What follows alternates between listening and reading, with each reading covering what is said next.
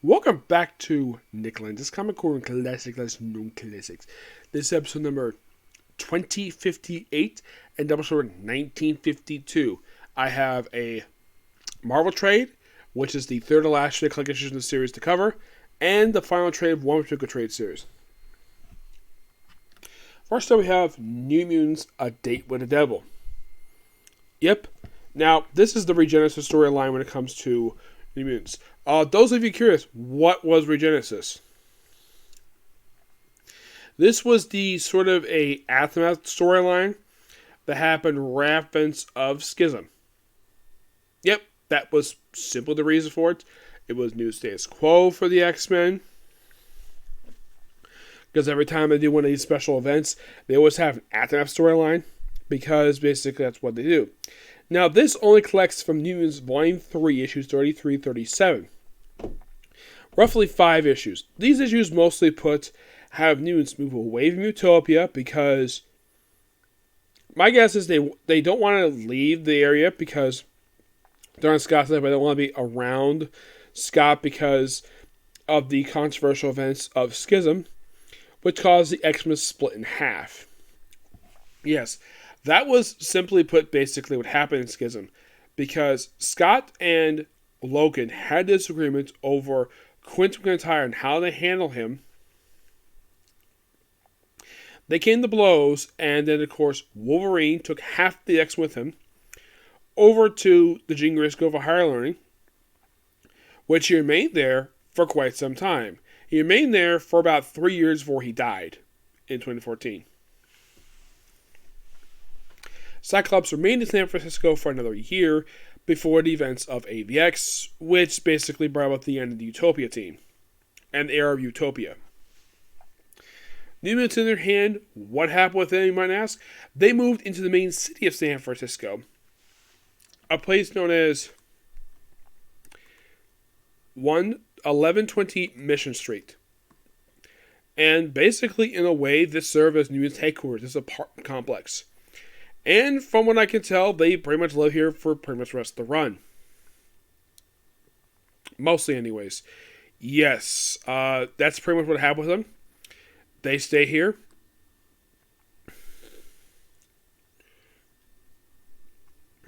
For pretty much the rest of the run. That's mostly put exactly what they do here. Up until the final issue. So they remain here for a total number from the series. Basically, they move in here in issue 33 and they move out in 30 and 50. That's roughly 18 issues. Basically a year and a half here. Mostly anyways. Of course, they move in. They, of course, also have a issue where you have Amora, a.k.a. Magma, going on a date with Mephisto for some reason. I'm not kidding. That's why it's called Date with the Devil, because Magma goes on a date with Mephisto of all people. Do not know the reason for this. She just does. It is one of the most strangest ideas I have ever heard for a storyline. Yeah. And of course, basically, we do see kind of an early appearance in here of Stuttgart. Yes. Stuttgart. Yeah, the weird thing about this guy is I read some credits. I said he's a creation of Stan Lee and Jack Kirby.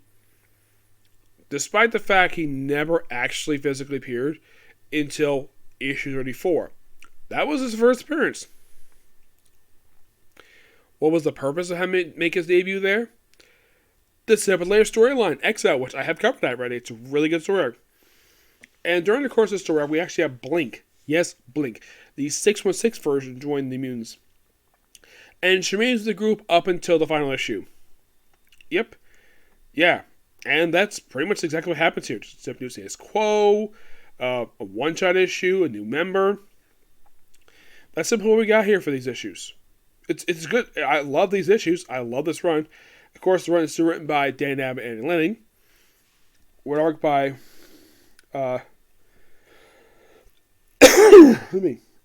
David Lopez. And I believe this was the artist for the remainder of the run. I just want to be sure about that. Because I believe this person did pretty much the rest of the run. No, he actually would leave. right after the storyline wrapped up. He did one more issue after this one, but he would be the first artist for the storyline, yes. But for some reason, he had to leave. And he got placed the very next issue with a completely different artist. I don't know why. Just did. It's one of the most strangest things. And can you believe that these 5 issues, came out roughly like a little over a decade ago? Yeah. The first issue of the storyline, 33, that was released in November 2011. That was 1 year and 2 months ago. Yeah. 1 year and 2 months. Actually, it was 10 years and it was 11 years and 2 months. That's how long ago these issues came out. You might be asking, did I read the issues that came out? Not necessarily, but I was reading comics at this point in time. It took a while to get up to. I think I read some issues here and there, but I didn't exactly read these in trade at that point. But later on, I did. But this storyline, really good. I love it. I give this book roughly a 9.5 out of 10. All right. Moving on to a book that, for a lot of people, this series was a big disappointment. It had good ideas with it, but it just fell flat for some people. This is Teen Titans Academy, Volume 2, Exit Wounds. This collects the last 10 issues of Teen Titans Academy, 6 through 15, and the yearbook special. Yep.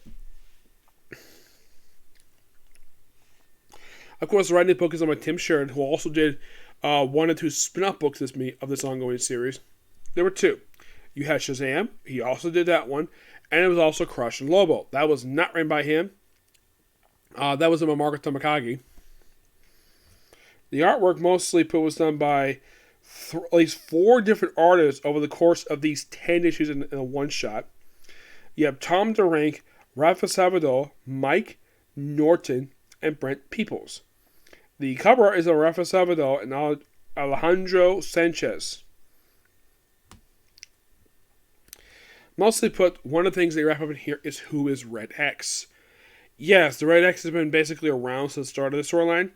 Yeah, it turns out it's the character Brick. No, not the character from Green Arrow. That's a completely different character. Yeah, and it turns out he actually is the son of the original, of the previous Red X.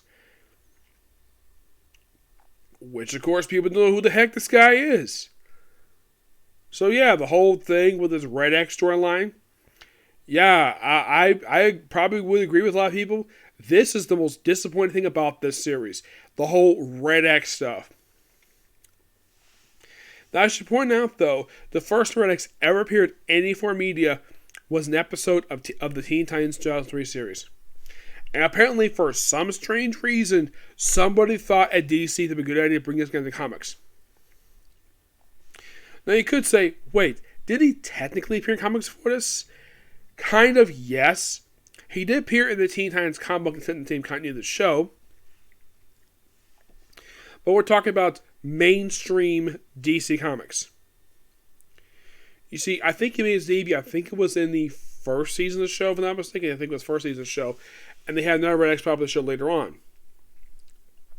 That was back in 2003, which was the same year as the Jeff Johns run started. And he debuted in the comics roughly 18 years later. Now, here's the thing.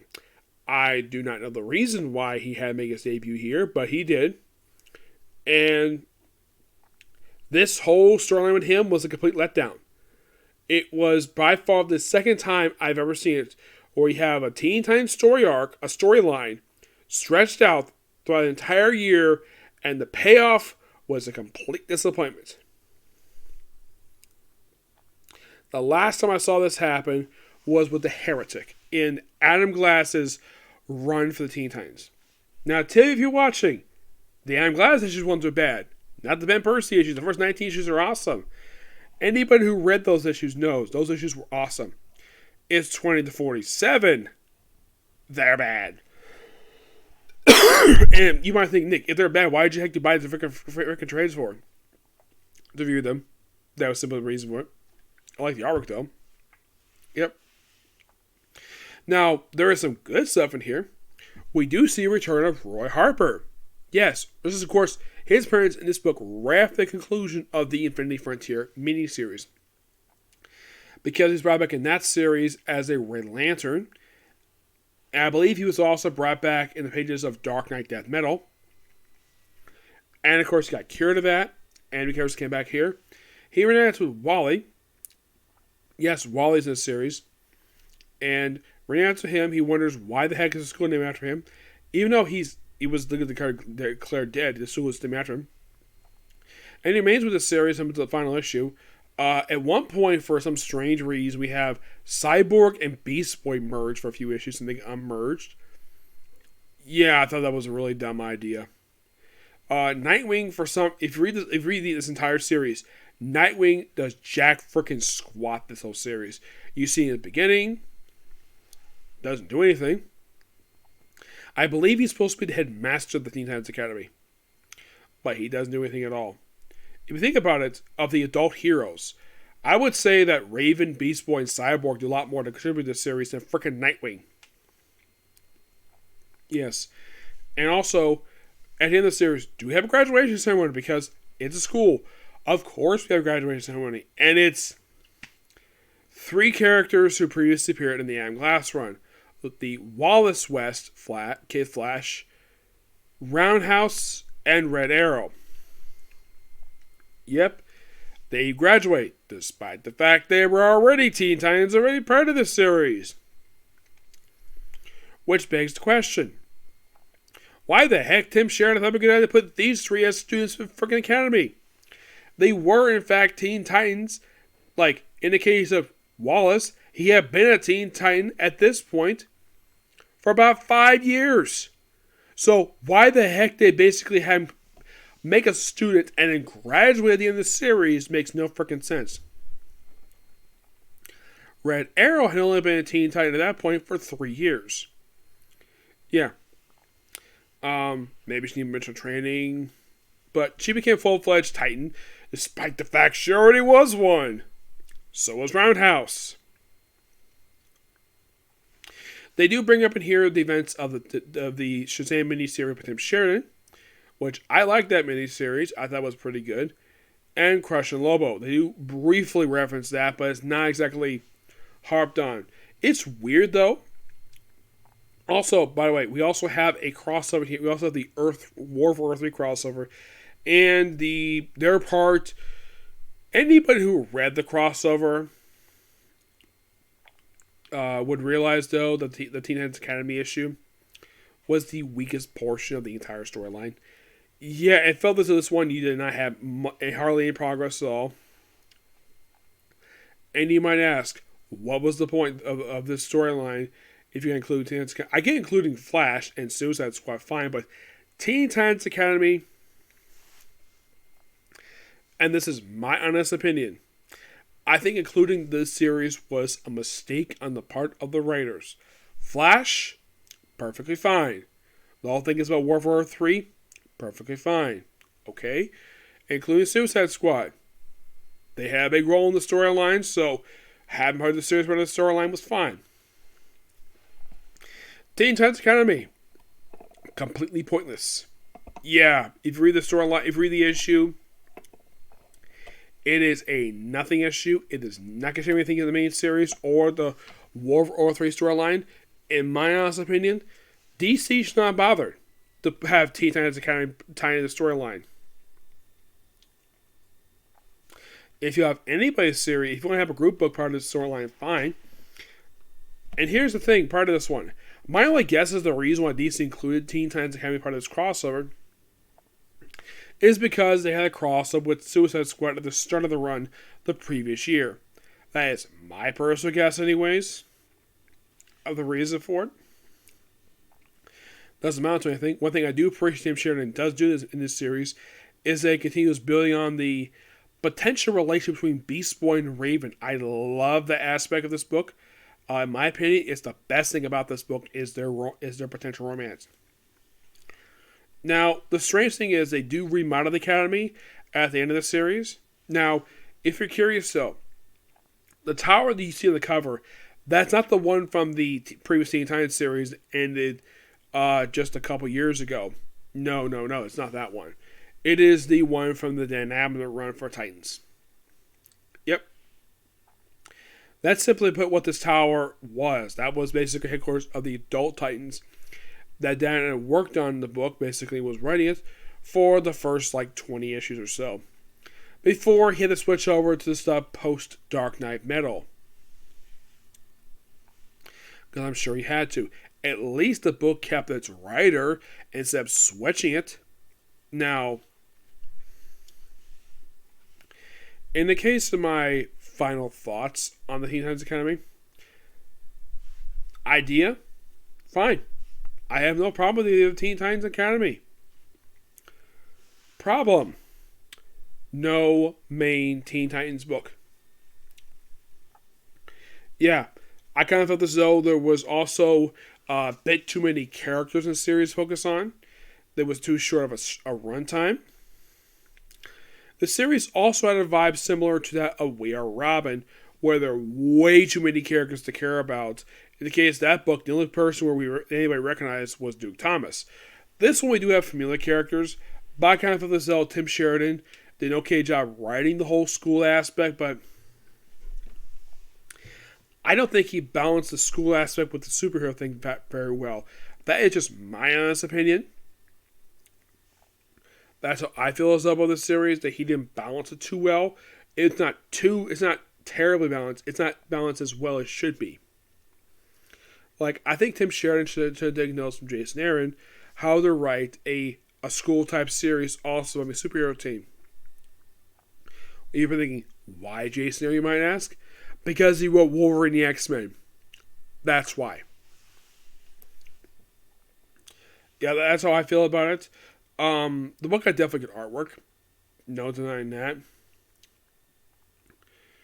Now, I'm hoping, because the fact the series is over with, that we might get a brand new Teen Titans series. Fun fact, did you know it's actually been almost 2 years since the end of the previous book? Are you thinking, really?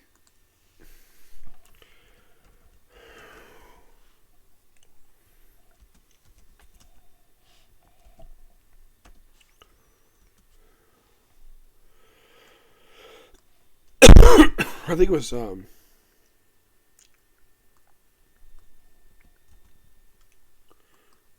let's see. I think it was just I think it was just a couple. Actually, no. The final issue was released for this book back in November 2020. That's the final issue that came out. That was a little over 2 years ago. The book didn't even get to 50 issues. So, it's been 2 years. It's weird, though, they launched Teen Titans Academy roughly 4 months after the cancellation of the Teen Titans book. In my opinion, if you want to do another thing with Teen Titans Academy, I have no issue with that. But have it as a separate series from Teen Titans and have the main team have their own freaking book. Call it Titans. That'd be fine. But the thing is, there's the aftermath aspect of Dawn of DCU. Yeah.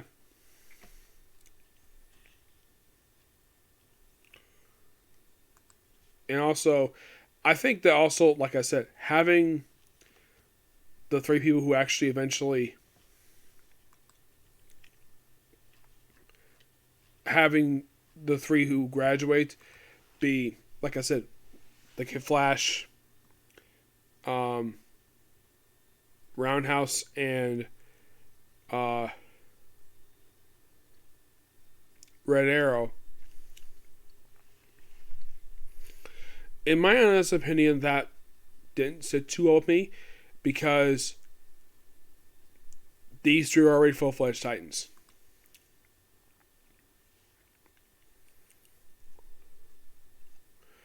Yeah, I think there should be another Titans book. Like I said, launch a basically just Titans. Launch that, and you could either do one of two things. Have another Teen Titans Academy book, or You could just like have it as a backup feature.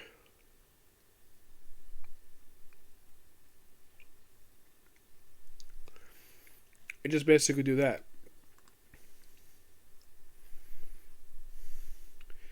That is what I would do. Mm-hmm.